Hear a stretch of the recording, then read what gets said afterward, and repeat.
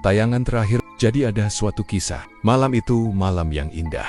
Seorang suami dan istrinya menonton film thriller di sebuah bioskop terkenal. Mereka tampak akur, tertawa, sesekali saling berbisik. Namun, segalanya berubah saat sang istri berkata, "Aku ke toilet dulu ya, tungguin aku."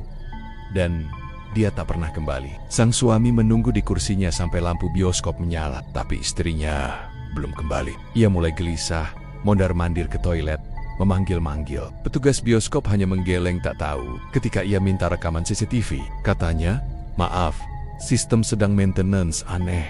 Tapi siapa yang curiga? Besoknya ia lapor polisi. Penyelidikan pun dilakukan, tapi tak ada jejak istrinya.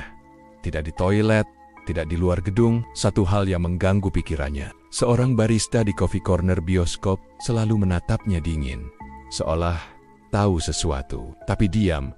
Malam-malam sang suami sering datang ke bioskop, duduk diam di kursi lobi, hatinya makin kacau. Ia bahkan mulai mendengar suara istrinya berbisik dari ruang control room. Sampai akhirnya ia nekat menerobos ruang kontrol bioskop yang terkunci, dan di sanalah ia menemukannya, tubuh istrinya. Dengan dikelilingi orang-orang yang memakai jubah putih seperti dokter yang ingin mengambil organ tubuh, dia menjerit, "Apa-apaan ini?" Dia membawa istrinya pulang diam-diam dan menghantam semua orang yang ada di control room. Dan sejak saat itu bioskop jadi ramai diperbincangkan. Ada yang bilang bioskop itu tempat perdagangan organ ilegal. Ada yang bilang tempatnya angker. Namun satu hal yang tak disadari semua orang, istrinya ternyata ia sudah mati sebelum malam itu. Di hari yang sama, ia dibunuh suaminya sendiri. Motif: cemburu, kecurigaan, selingkuh yang tak pernah ada. Tubuh sang istri ia simpan di bagasi mobil, dan malam itu ia menonton film sendirian. Hanya berpura-pura istrinya ada di sebelahnya. Hanya berpura-pura istrinya hilang. Rekaman CCTV ada, tapi menampilkan dia sendirian sejak awal. Barista yang menatapnya mungkin hanya merasa ada yang ganjil, pria yang bicara sendiri selama film berlangsung. Dan di ruang kontrol room ia seperti orang gila sedang mengamuk membawa sebuah kotak film.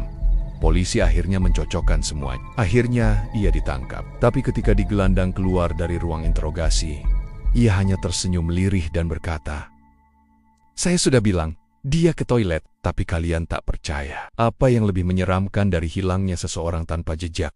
Kebenaran yang selama ini ditutupi oleh imajinasi seseorang yang merasa tak bersalah.